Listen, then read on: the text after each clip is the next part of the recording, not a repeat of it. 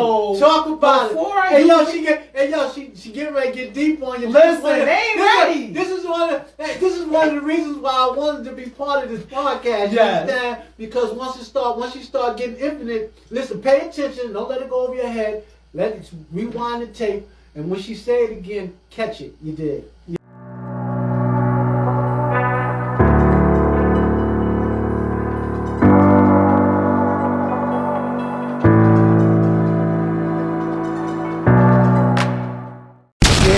They're here in the building. We got Wise and the Queen pre-show. We're about to get ready to get y'all some performance and talk about some real stuff. We in the building. Yes. Bye, house. Yeah. What is going on, y'all? We are back here at it. If y'all didn't see my post previously, I got a really, really dope guest here. We ain't going to take much of his time because, trust me, a person like him with a plan, a man with a plan, with a brand, he got things to do. So we're going to get to know my brother, beloved, and I'm going to bring him out here so we can get this thing rolling right into y'all time. My brother, beloved, Wise. Wise, come on in, Wise. Let's get the people to get to know this guy. Woo! Yeah. We got some people out there at the bar. You know the judge. Much love. It's an honor to be here with you. And I'm grateful that you actually came and wanted to sit down. I've been wanting to do this for a long time with you. And praise God that we're able to get it done today. Yes. Like, guys, we've been back and forth with trying to get this thing done. And every time I go by the store, shout out to Miracle Store on 6th Street and Springfield Avenue, right across the street from Home Depot. Brother Wise here, he has a store right at the corner called Mac&Wise Collections, guys. And this is what we're going to get to know, because he's not only a man that owns a store, but this man does so many things. And he's come from some things that he's going to bring you up to present and the future. So I like to go back in the past and get to know the person before you get to know the man that you see standing here today, because sometimes your past really reflects who you are. So we're going to see how a person that you could look at him, you like, oh, he got a clothing store. How did he do that? But it wasn't given to him. You get what I'm saying? You know, he's a father, he's a husband, he's so many things, right? But he's so much more, and you're going to get to know why. So we're going to start straight off. Who are you, first of all? Let's tell the people, who are you? Push you the mic. You got to stand. Thank you so much. I appreciate you. You're welcome. First of all, my name is James. First name, last name is Wise. And I am the son of Thomas Gilman and the son of Jeanette Wise. I was actually born in Brooklyn, the county of Kings, Flatbush, New York. But I spent most of my time here in Jersey. Like she said, it's been a while. We've been trying to get this together. And I'm so grateful that I'm here. So let me tell you a little bit about me. So I started, when I came here, I came because my father came and got me. I was one of those youth that was hard-headed, knucklehead, wanted to do a whole bunch of things, and I thought I could do it on my own. And my mother seemed fit for her to make sure that I knew it was a man present. So, not to go too deep into it, but she told my father, listen, it's time for you to come get your son. So he came and got me, and when he came and got me, he showed me some rules, some principles, and some things that a lot of these guys haven't been able to show their kids, because either two things, they either incarcerated or they fell victim to drugs. But he was able to install in me a few things and a few principles, and that was dedication, motivation, and elevation. You know what I'm saying? So you do all three of those things, and gradually you'll see yourself becoming the person that you want to be. So I had a knack for things like clothes, and I loved it, and I loved the way my father presented himself, because he was a sharp man. He was always dressed. He was, you know, back in those days they wore a lot of suits and a lot of shoes and a lot of slacks, and he always tied it back, and he always looked at fantastic. And when I was with him, I used to hear people compliment him. Oh, that's really sharp. You really a sharp dude. And I took that to heart, and I used to look and say to myself, you know what? I want to be sharp like that. I want to have that aura when people see me. That's an expression of yourself. Absolutely. So I took to that, and when I came, he started teaching me certain things. He took me to places like the Fabric District, took me to places where you buy clothes, sell clothes, and that's how I got into the clothing. But that journey didn't take place right away. And I didn't even know, not to cut you, brother. I was about 14 when I met Wise. Right. I was a young girl. You know, we was doing our young girl stuff. And brother used to always have something positive to say. He owned a store at the other corner of where he's at now. And that's where I first met him. Yeah. So I'm getting to know him more than I did before as well, guys. So it's like I'm gonna be shocked at some of the things he say, and that's what makes it so dope, because he said, I don't want no script, we just gonna go in it. So go ahead, continue, brother. Yeah, because you know, a lot of times you have to ad-lib things when you have a script. You're talking about things that really is said and you wrote it down. But if you get to know a person, then you get to know their actions of when they're speaking. So let me tell you about the journey. Yes, talk about the journey. All right, so before I got the store and all of that. Okay, so my father, when he came and got me, he said, oh, there's two things you got to do. You got to work and you got to have dedication, right? So he got me a job. And my first job is on that same Springfield Avenue. What? Amazing. Yes, and a lot of people that know me from before I had the store, the second store or the first store, yes, knew that I used to work for a furniture company. And the furniture company was called Good Deal Furniture. It was located right there on Springfield Avenue. It was right across the street from Marty's Market. If anybody knows Springfield Avenue, and I know a ton of you guys. Yes, y'all know. If you're from North, you know Springfield Avenue. Come on. Right.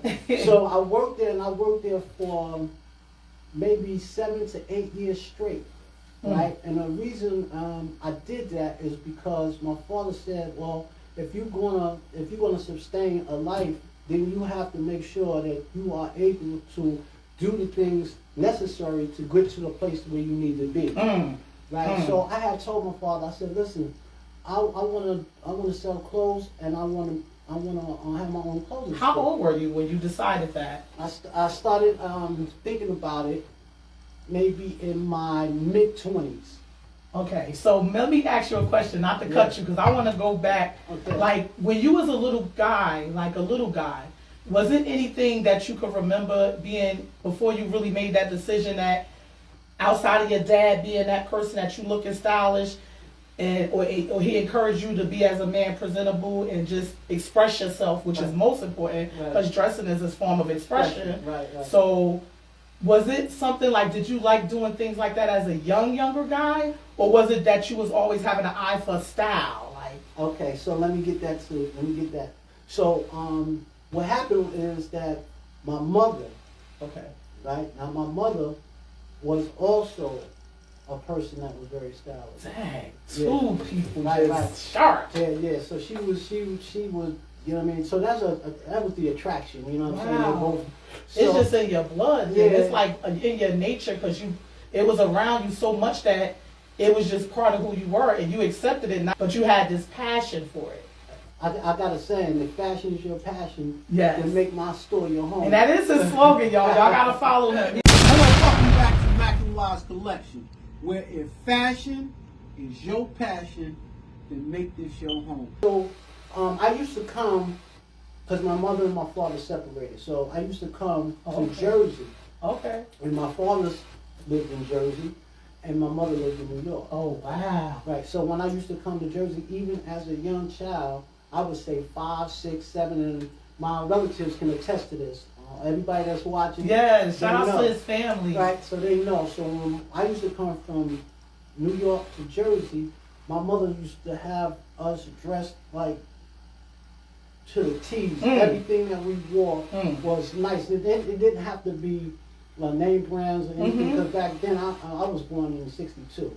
So a lot of things that they consider fashion now, they consider a brand of fashion. But fashion is not a brand. Fashion is a statement that you make how you wear the clothes. You dig what I'm saying? Yes, sir. Yes, sir. I absolutely do. So the way she used to put it together used to make us look outstanding, right? So absolutely. We used to come, me and my sister, we used to come, and they used to be calling us Richie Rich because the way they used to have us, my mother had us dressed and my father had us dressed. Sharp. Right. So and it wasn't even about the prices. She just styled it together. Yeah, way she put it together, you would think that was rich. a lot of money. Right, Yes, right, it looked right. rich. Because it looked like that. So we had that aura about how she dressed us and how we presented ourselves and how she made us carry ourselves too. Because it ain't sometimes the way you dress. We had aunts and uncles that really disciplined you when you knew to be in check, in line.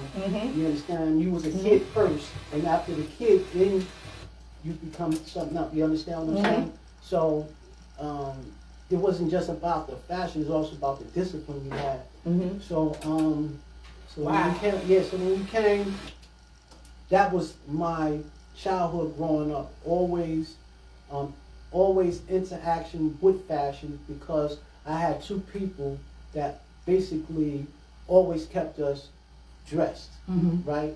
And like I said, back then it wasn't so much of name brand. Like it wasn't if you was dressed, you had on Gucci or you had on Louis or you had on none of that. There's the way that they put those fabrics together. And so that was so the question that you asked, that was my from an early childhood. We was raised like that. Wow. Yeah. So my man said the other day, he said, "Beloved, I see you make a lot of different things, but I don't see no sweatsuits." I said, "For the fall, we're gonna start making sweatsuits."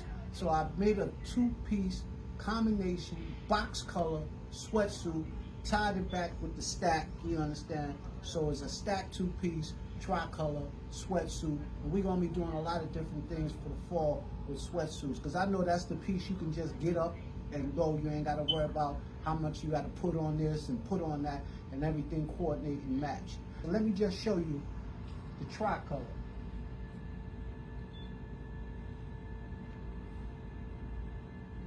You get a lot of different people that make sweatsuits, but rarely do you see one that's box colored, triple colored out. Peace. Like you say, it's not only what you wear, it's how you wear it. You know, when you see a certain etiquette when somebody wears you could wear something rich and not wear it right, if that makes any sense. No, it makes a lot of sense, because that's what happens. People, they go and they buy these name brands, and what happens is it doesn't look right on them. Absolutely. Because they don't have the body frame for it, right? So the clothes actually, you have to have the body frame for the clothes that you're wearing. You can't just wear anything because it has a name on it. I agree. I totally agree. You have to wear something that fits you, so the person can have on everything name brand and look crazy in it because it don't look right on because it don't fit. And another person can have nothing that has name brand, but it fits them, it looks on them, and the way they carry themselves with the product make the product seem like it's rich. Woo! Right? Because it's like the reverse out. Right. You have to be rich inside in about- order to make the clothes look good. Talk about Because it. I wear, personally, I go thrift store shopping. Right. And I love it Right, because, right. and even like you say, you could buy a product and reinvent it. You I know do what I that all mean? the time. See what I'm saying? I do that all so the time. those are the things that, like, this is why another thing I will always want to interview bruh, because my mother was a great seamstress, one of the best in Newark, Winona English. Shout out to my mom. Praise God. Although she's not here, when her name was mentioned in that field, she Right. was very well known, and people Right. wanted her to do some big pieces. And I remember my mom, as a child, buying suits from Macy's. She worked there, and she'll reform it. Right. And when she wear it out, people be like, "I got that suit," but she'll be like, "Yeah, but I made it my own." Ooh. Right. So the same suit, she'll tailor it. Right. She'll do all the seamstress to it Right, and make right. it look beautiful. Right. So that's one of the things that attracted me to his store, y'all, Right. because it's not just a regular clothing store. It is a collection. He don't call it clothing. He call it a collection, because you got to collect your inner being with what you're putting on your body. Right. You get what I'm saying? Right. And the best part about him is not only that is a collection, but he also allows other black seamstress designers to put their products inside of his store. Right. Okay? Right. So talk about Shout that. out to the people that know their name. I'll call some out though, you know. Culture, hey. Culture. I met her the other day. Hey, Culture. Shout outs to you, Culture. I'm gonna call you, sis. I'm gonna call you. Yeah. So it's about unifying us as a whole. So anything that you could do to make somebody else.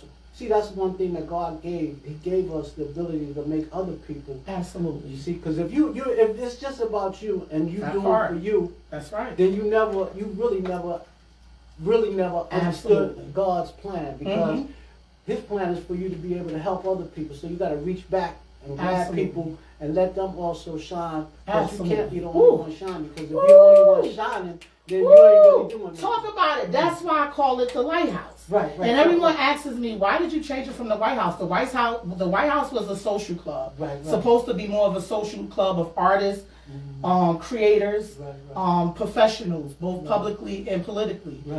It also was supposed to be something, but it became more community based. Shout out to all the White House guests, people, and everything. But I changed it to the Lighthouse because it's exactly what you said. It's the light before the switch hits. Ooh, So talk about before it. She getting ready to get deep on you. Listen, they ain't ready. This is one of the reasons why I wanted to be part of this podcast. You Yes. understand? Because once you start getting infinite, listen, pay attention. Don't let it go over your head.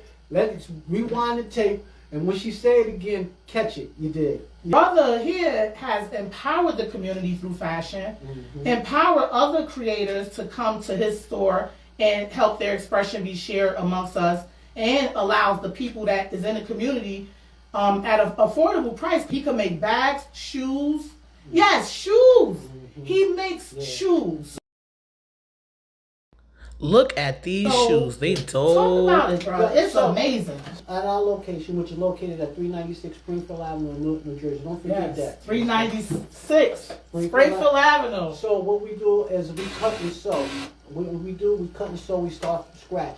Hello, welcome back to Mac&Wise Collection, where fashion is your passion. Then make this your home. We back at it, back in the lab, back creating. And the brands that she's talking about, other people, we allow them to come in, and if they have a creative idea and they want something done, we put it in the forefront so they can actually create something that they want and that they can sell also. And they brand it themselves. They own brand. Even better. You understand what I'm saying? Help them in their branding. That's one of the parts. That's dope. That's one of the parts of that light that she was talking about. You know what I'm saying? Because you got to give back in order for you to receive. You know, we are going to the 3 talents of what God gave: 1 talent, 5 talent, and 10. And the one that's buried his didn't get anything. He had to give it back. So this is something that we really, really thrive on. Is what we want to do for other people, not just ourselves. Yes, we have a cut and sew. We also have the heat machines and the press, and we have the embroidery machine there too. But the main thing that we love to do is create. So you ain't in competition when you create. See, a lot of people talking about, you know, there's a competition, this and that. No. There's enough for all of us. Competition is somebody who doesn't have a creative idea or imagination. Right? Then you got to compete with other people. See, when you got a creative mind, then you make things in image the way you want them, and people will follow you. So, yeah. So at the store, this is a bunch of things that we do. We cut, we sew, we start from scratch. We pick the patterns out, and people that want their own stuff, they come in, they say, yo, James, beloved, I want this done. Can you do it this way? This is my idea. We make it for them. They like it. They brand it. They go get it manufactured, and then they sell it to multiple people, multiple stores. So a lot of things goes on. And another thing that I would love for you guys to understand is, do not ever give up on anything that you desire to do. So a lot of times people think the industry is a journey, right? And the journey is, and you got to trust the process of the journey, because everything is not always up. Sometimes it's middle, and sometimes it's all the way down. And that's the time when you got to have belief in your ideas and know that there's a power in the being that wanted you to do that. And sometimes it seems like a lot of people want to give up before they even start. And you say, oh, I've been doing this for a minute, and nothing ain't materialized, and nothing ain't come about it. I felt the same way, and sometimes I still do. Why is it not going this way and that way when it should go this way? It's because you got to process, you got to trust the process of the journey. And what happens is, too many people want to give up before they even start.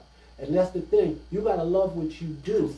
If you don't love what you do, then you'll never really succeed. So if you start something on entrepreneurship, because entrepreneurship, you got to dedicate yourself to it.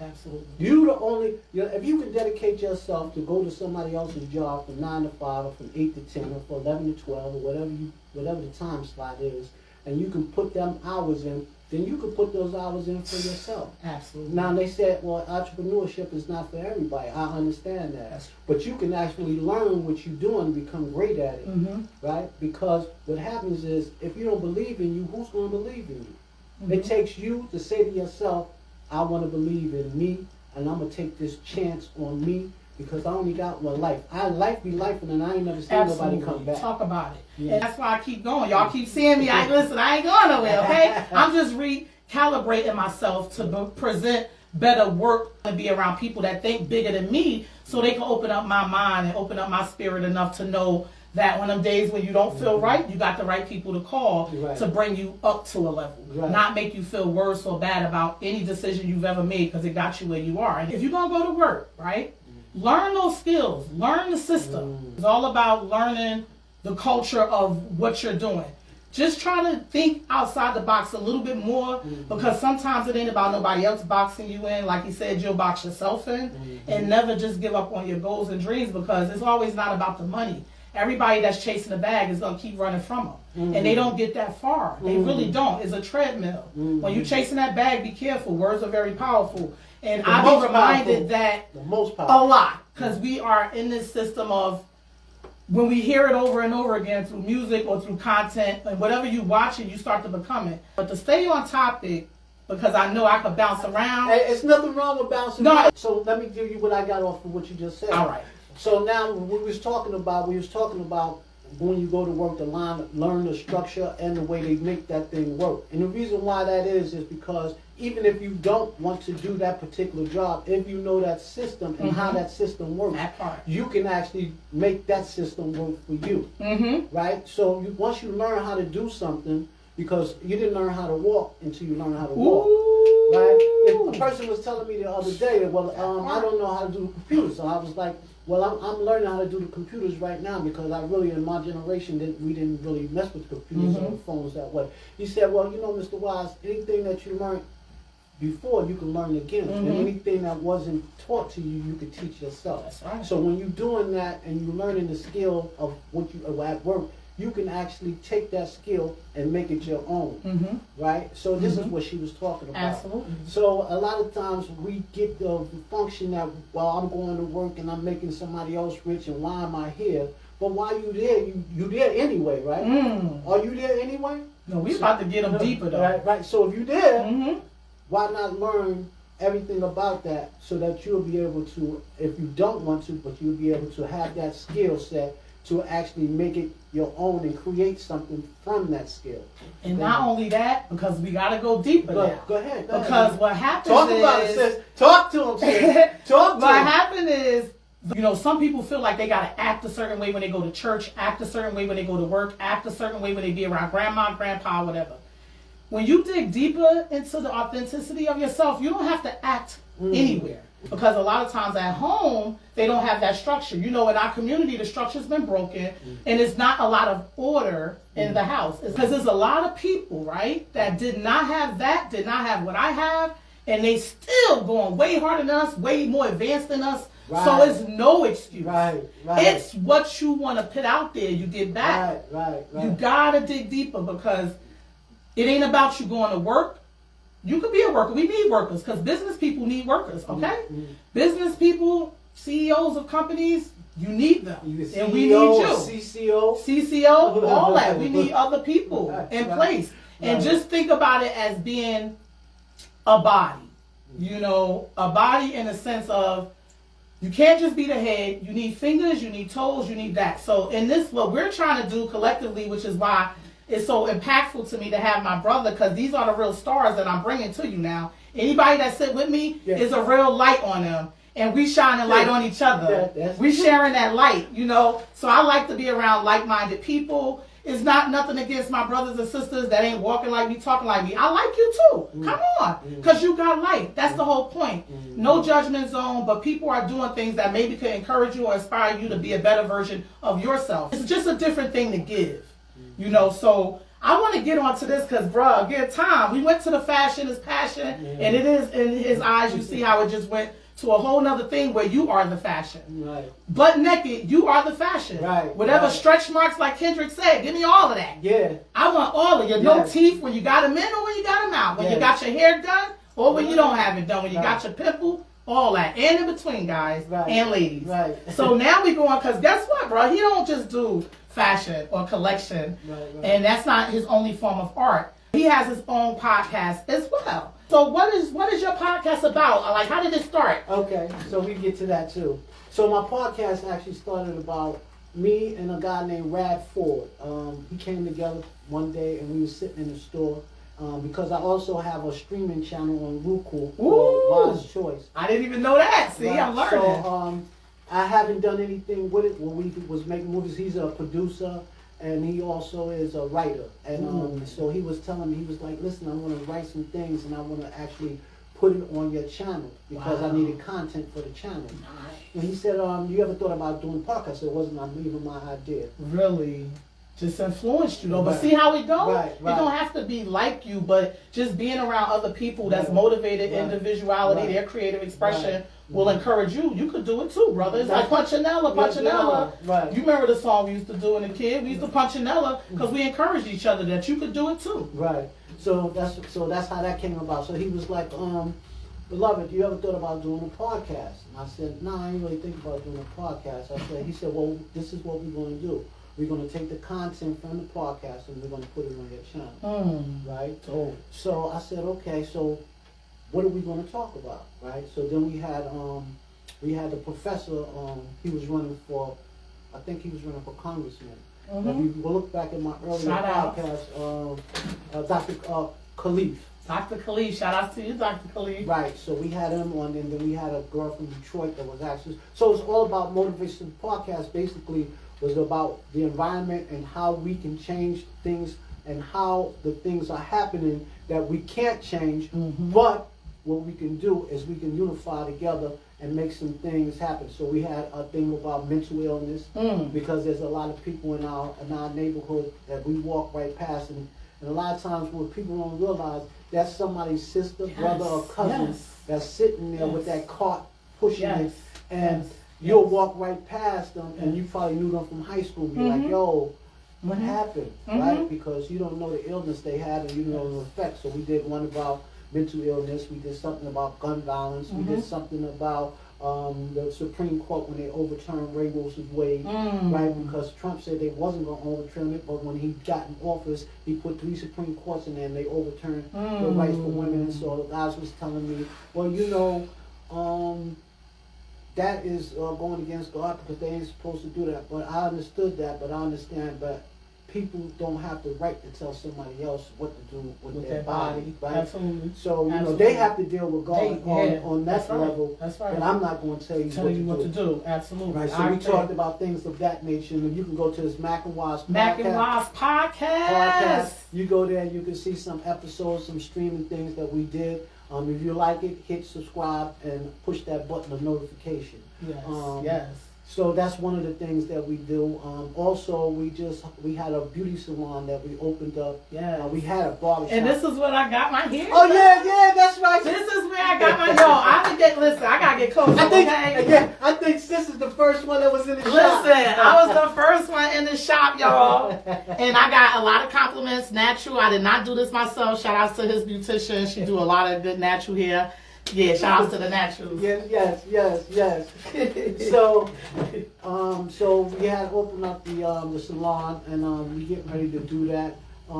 We have this program that we get ready to do for the city called the Engagement Program. Re-engagement program. Re-engagement program. Like, I'm gonna just jump in because I was talking to his wife when she mentioned that. I just had to write it down on my little notepiece. Right. But she was just talking about like how powerful of a movement they're about to get with re-engaging the children. It's about re-engaging the children, but also re-engaging you. And this is how we're going to try to get through to you guys, because if you could engage in this, that could be something that you could take to your children or lay down at night and be like, you know what? Bro and sis was actually talking something that I need to reconsider. Re-engagement program, talk about it a little more. So the re-engagement program, right? We just getting it off the ground. My wife came up with the idea of Natural Beauty Treasures, which is salon teaching kids how to do natural hair, how to do braids, how to do twists, how to do anything to do with hair and the natural facial cosmetics and all of that. Nice. So she wanted them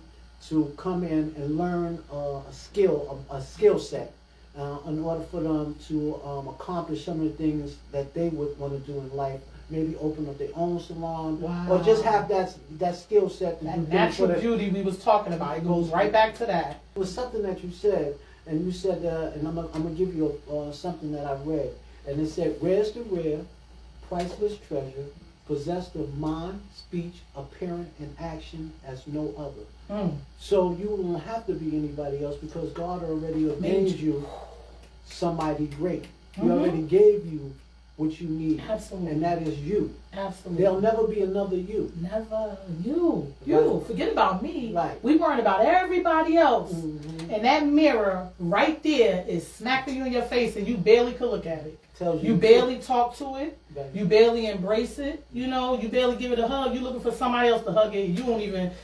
hug yourself, you know, real tight. Right. You know, like we gotta love on ourselves, man. And that's the beginning of loving on other people. Because if you don't love yourself, who else do you love?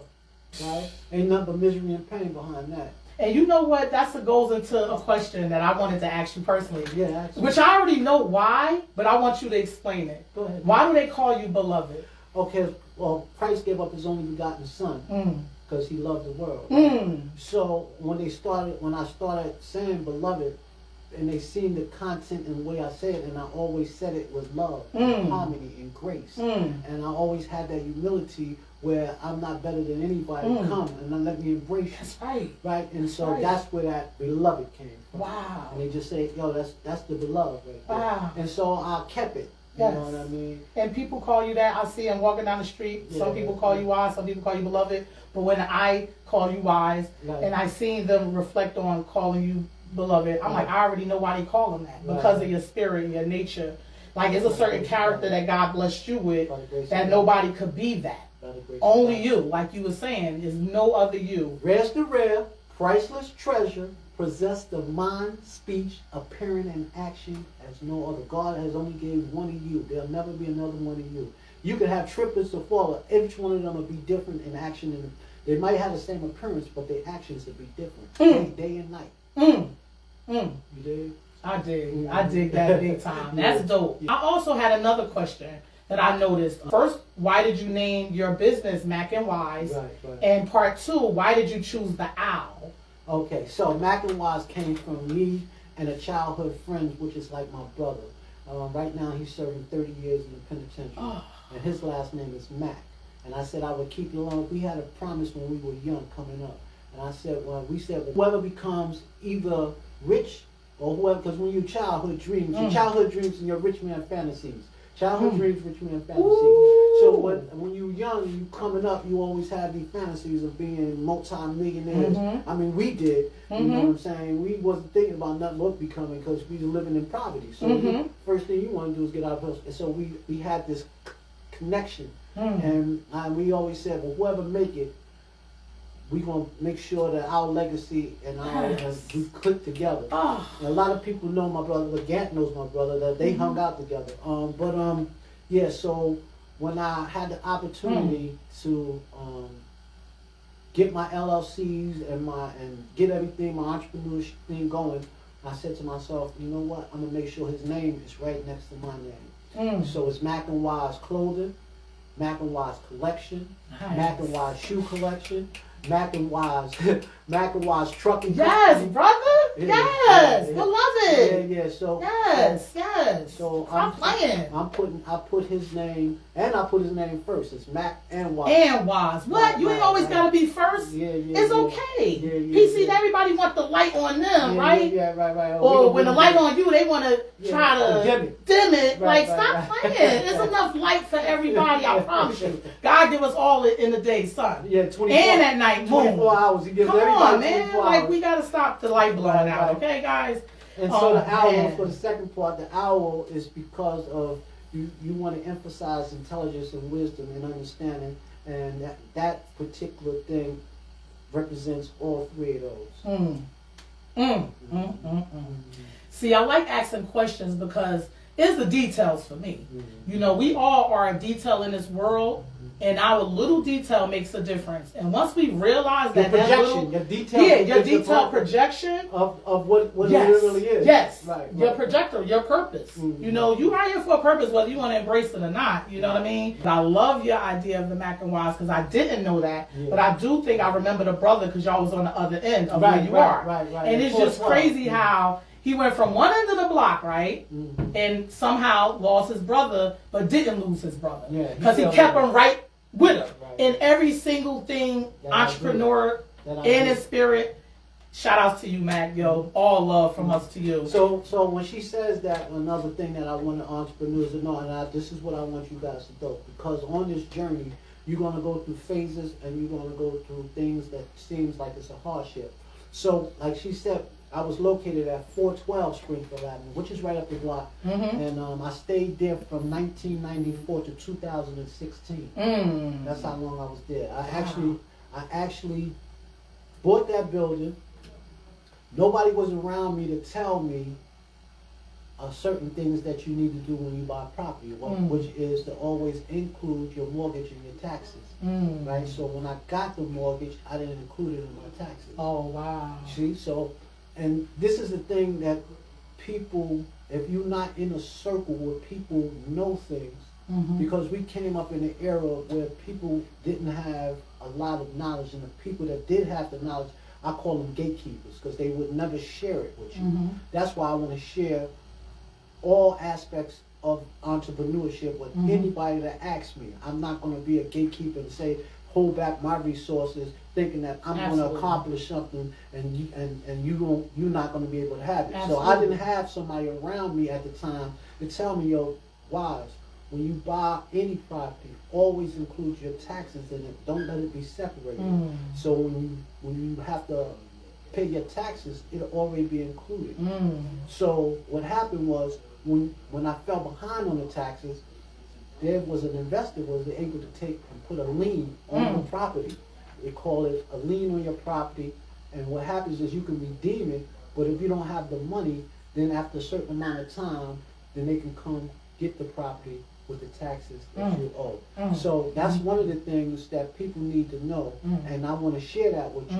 Whenever you get a property, always include your taxes in it, and always make sure that the taxes are paid, because if you don't, there are investors that go to City Hall and looks for liens on water, taxes, and so forth and so on, so they can buy it from the city, because the city is there to make money.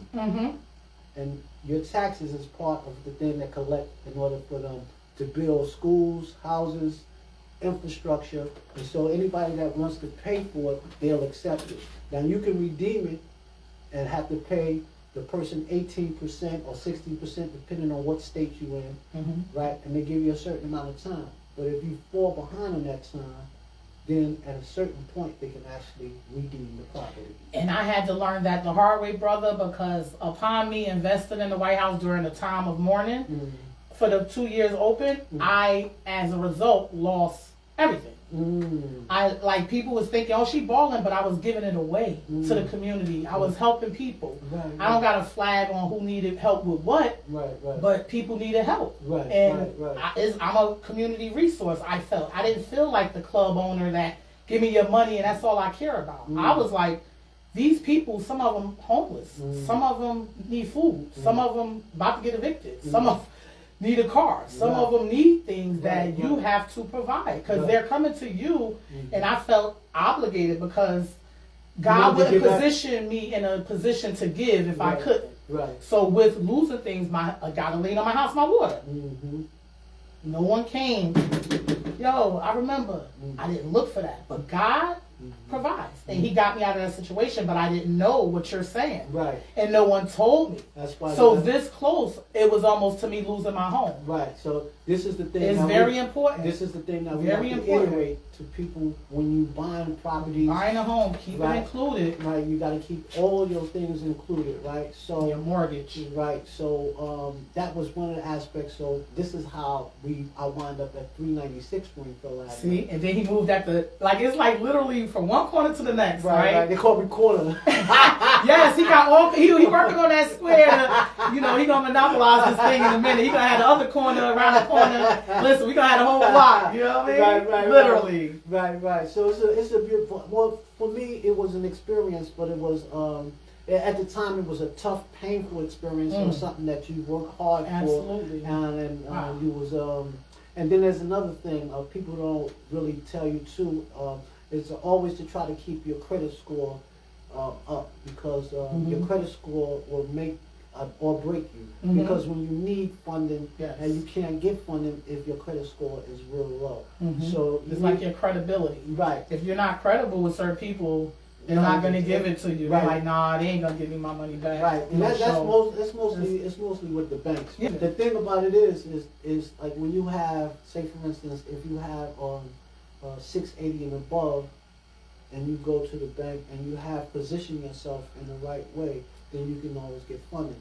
And the reason why I wasn't able to get funding is because I had to find that out painfully too. It's because my credit score, so I couldn't even refinance the property, right? Or take a HELOC or a HELOC out of the property, or refinance it because I didn't have the score to present to them that you were able to pay this back, even though I had equity in the property. So there's a lot of things that entrepreneurs need to know when you go on this journey. And when you start elevating to a point where you're able to buy properties and stuff like that, that you have to actually have somebody sit you down and explain it, because if you don't, what happens is you will definitely not realize the things that you need to do to keep it.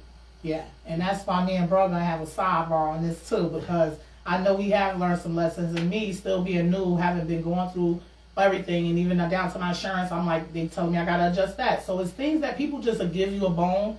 It's for you to kind of put the meat on it. It Right, seems like, you right. know, they'll just give you a little bit. It felt like, and it was opportunity, but you got to make the best of it. But I definitely love where this is all going. Of course, you got to know him past, present, and I just want I think you got to know me a little bit more now, yeah, right? and I did too, because it's things I didn't know. Right. You get what I'm saying? Like, help bruh, you know, because bruh, like, just imagine if bruh owned the whole block.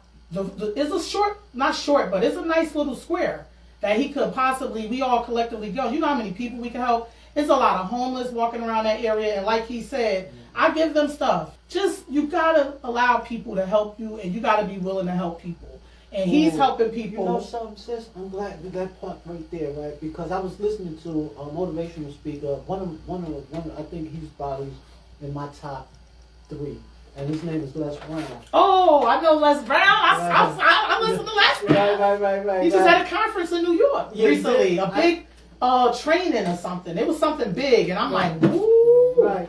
He fire. Yeah. Les Brown. Yeah. LES, y'all, Brown. Right. Listen to him. Right. Dope. So when you were saying that just now, it is about helping people, and it's about giving back.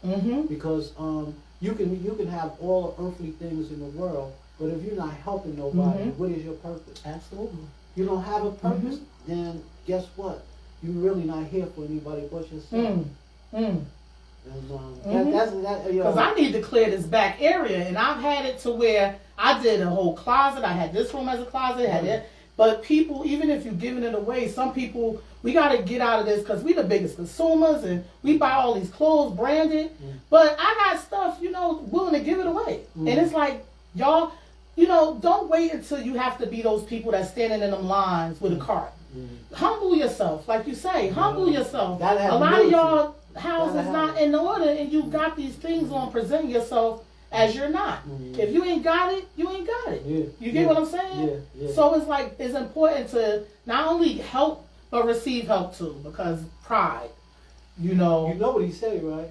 What? That's why we hitting on some stuff together, because we can listen to the same stuff. Listen, you're not asking for help because you're weak. You asking for help because you want to remain strong. That's right. You did. That's right. You did. That's right. So don't think that you asking for help because you're weak. Nah, you want to remain strong, and you never can see the picture when you're in the frame.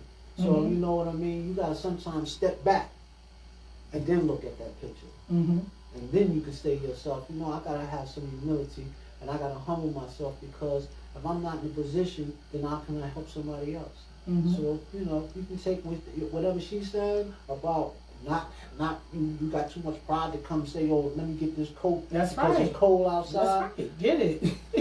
Get it and be warm. That's right.